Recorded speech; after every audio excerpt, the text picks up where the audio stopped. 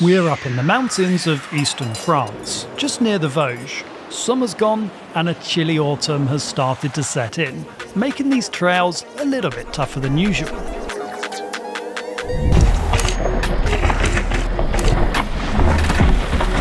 Can the new Focus Jam² handle the rugged terrain and this unpredictable weather? And how has Bosch improved their latest generation motor?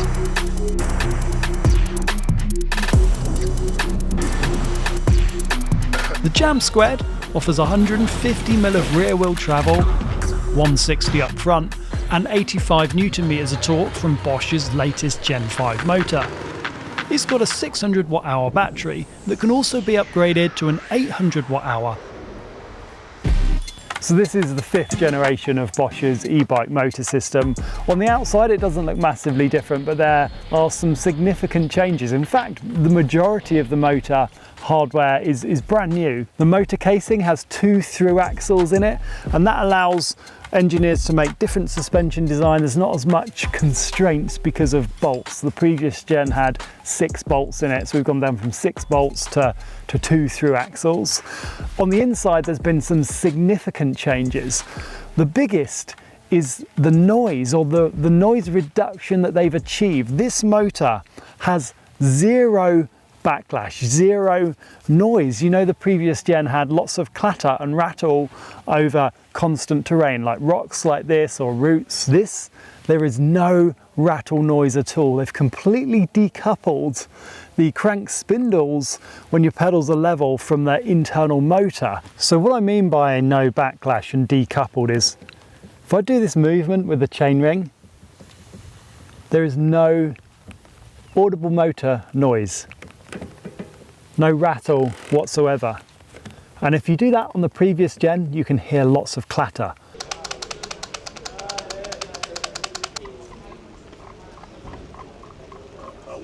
They've completely decoupled this outer chainring and crank spindle from the internal motor. So when you're coasting and you're going down lots of rock and rooty sections, there is just no noise coming from this motor. It's so silent, and it is beautiful to hear. Nothing, just the tyres hitting the dirt.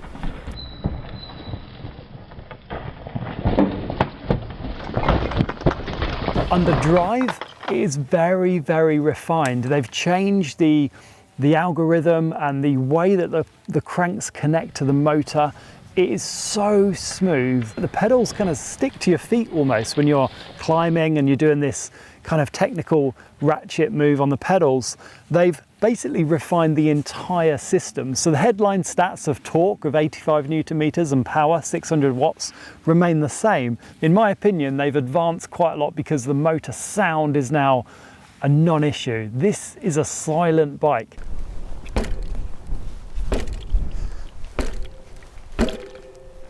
You can just hear the hub making a noise, the sloshing of the water, and those radial tyres just pinging off the rock.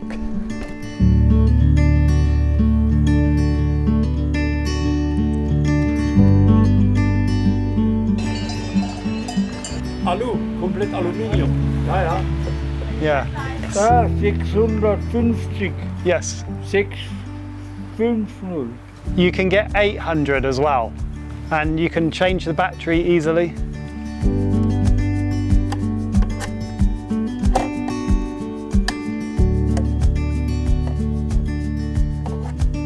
So this bike runs, by default, Bosch's 600 Wh power tube. This is brand new from Bosch. It's a really high energy density battery. They're using the new 21700 cells, basically a higher energy density cell. So this battery weighs only 3 kilos. Compared to the previous generation, they've saved quite a lot of weight, and you still get 600 Wh. And as you can see, it's quite a compact battery.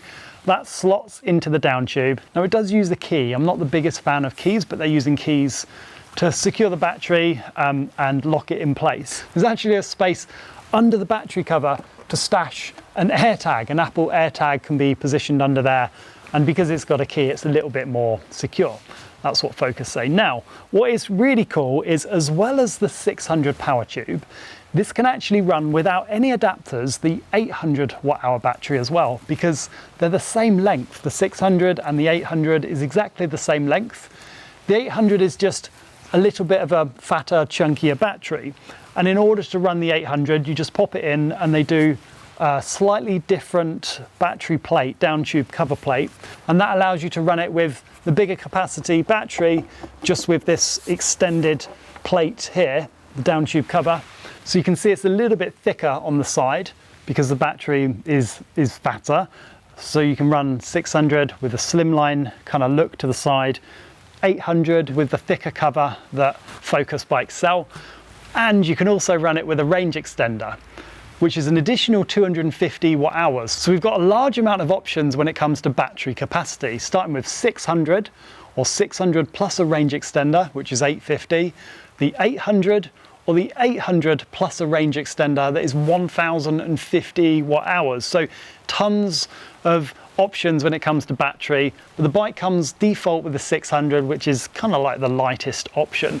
I'll just turn this round, the bike round slightly, so you can see it with the kind of 800 watt down tube cover on it, just to give you an idea of what it looks like, because it's slightly like fatter just on this bit down here, but it's not too crazy looking. I don't think it looks too out of place, but it's nice to have an option to be able to get an 800 battery and not have to worry about range extenders, but also have the option to get up to 1050 watt hours with the range extender.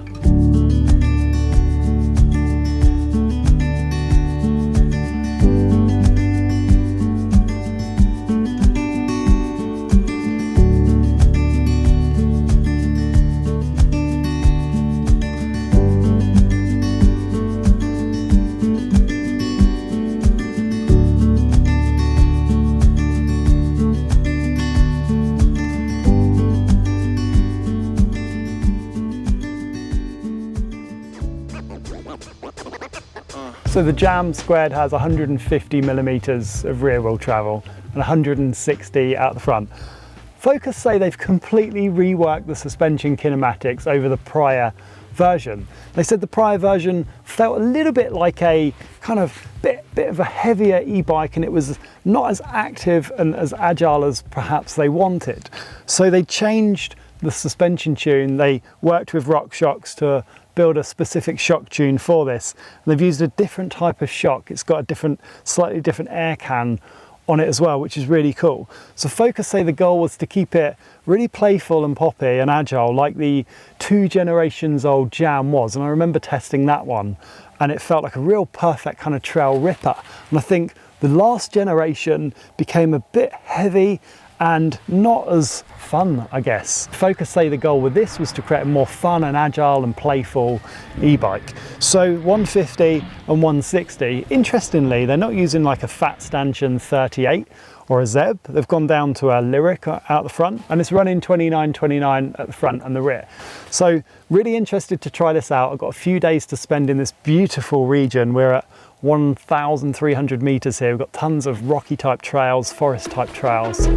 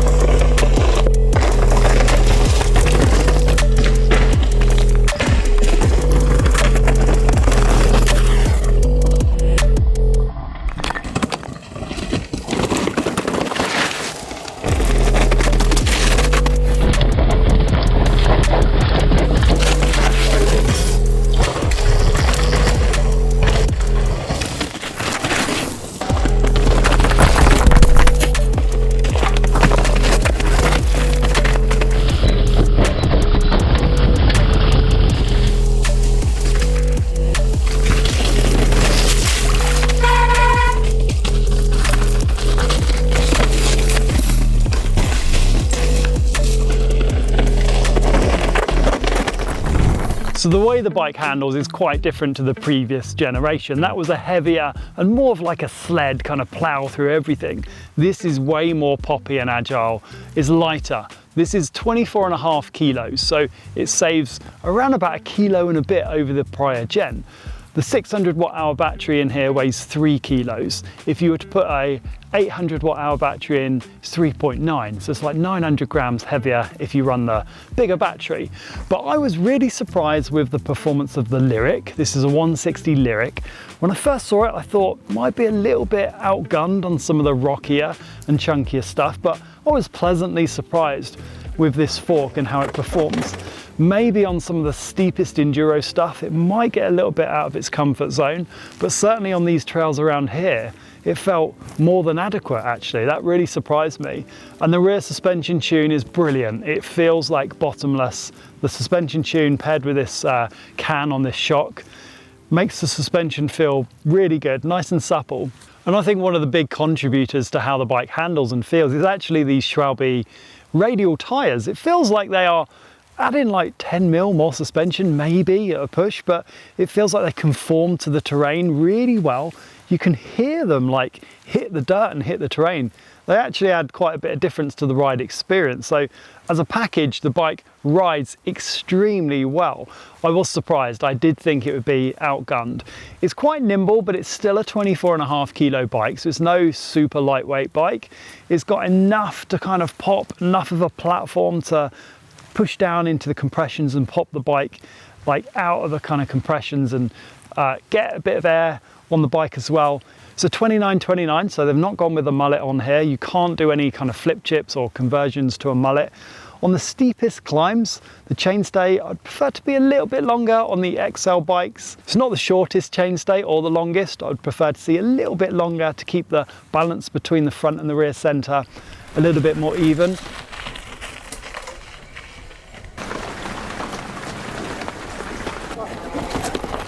Bosch has always had good pedalling sensitivity and dynamics, but now the Gen 5 feels like an extension of the rider power. And by that I mean I've felt completely connected to the motor.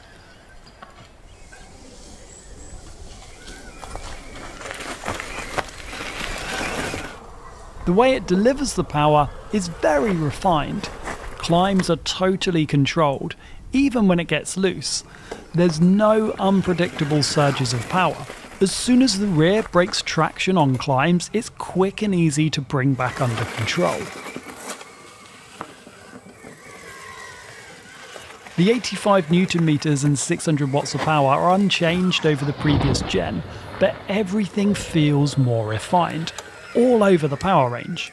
It's quick to react to rider input, and can engage power virtually instantly with no motor lag at all. It also seems to me like it's a little quieter under power, with a more pleasing tone to it when using turbo mode. Bosch also say they worked a lot on heat management, so it's supposed to maintain its higher output for a lot longer, especially on very long climbs versus the previous generation.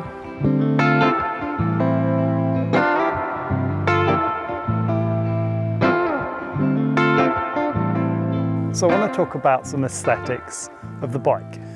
The front, you can hardly see any welds at all. They've used like a putty, like a filler on the welds and painted over it.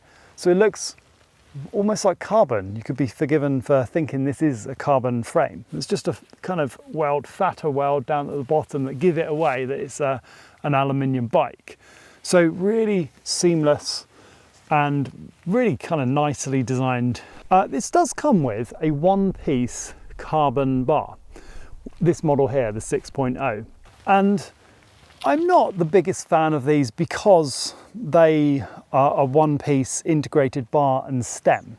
Now, this rises 25 mil, which for me is far too low.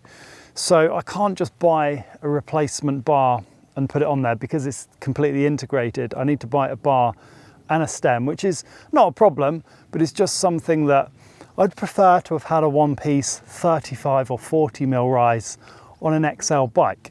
This won't affect everybody, it is personal preference, but I'm tall and I like a high rise. Even though the stack has increased over the previous gen, it feels very low out the front, so I'm definitely going to need to change this bar for a higher rise bar.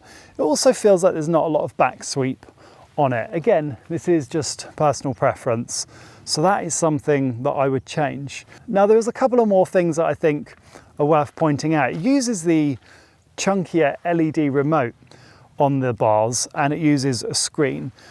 The screen can be easily removed if you want to. So you can take the screen off and you can take the bracket off as well if you want it a bit cleaner.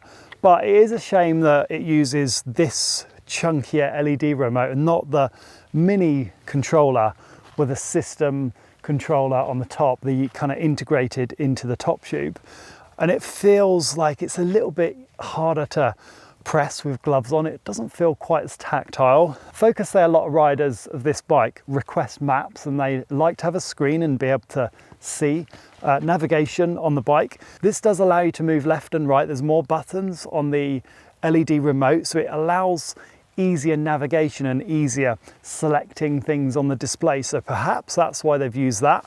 But I think aesthetically, it's just missed it a little bit on that, and I would have preferred to have seen the system controller, like I already mentioned, mounted on the top tube. Now, that doesn't change the way the bike rides at all. This is just aesthetics, and a lot of this is personal preference. I like the way the bike handles. It's certainly different to the older generation. This is a lot more lively and manoeuvrable on the trail, and they've done a fantastic job with the rear suspension tune to keep it active and agile, especially since it's not a super light bike. It's still over 24 kilos, but it feels sprightly enough to be fun and playful on some of these lonely forest tracks. I love all these little tools and things you can carry on the bike. This is a 1-up multi-tool. So there's everything up to a 8mm on there. Little chain breaker inside, tyre lever. All of this goes together real neat. And in here we have a tyre plugger and little strips, tyre plugger strips. All of that just screws together and goes into the pump. The 1-up pump just stashes neatly. All of that's contained all within this pump on the frame. So we've got a pump, we've got tools to plug the tyres, multi-tool in there, all in that little one unit. And actually further up the frame, there's the little pouch that Focus include with the bike. And in here, got a tube. So basically any event that happens on the trail, I'm pretty much covered for. And that's just all on bike. Carried tools and storage, and obviously the water bottle. I do like having all of that. I don't like taking backpacks personally. I find it much more comfortable just to ride with a jacket. And if I can get water, pump, tools, tube on the bike, I'm all for that if you can carry everything on the bike rather than on your back. If you don't like kind of this kind of vibe, this look, just take this off and just have a water bottle, or take the water bottle off completely and your bike's like super clean looking. But I like this, especially in the mountains. We're at about 1,300 meters here and there's not anything for miles. So if you do get a puncture on any of these rocks, everything is already on the bike, ready to go.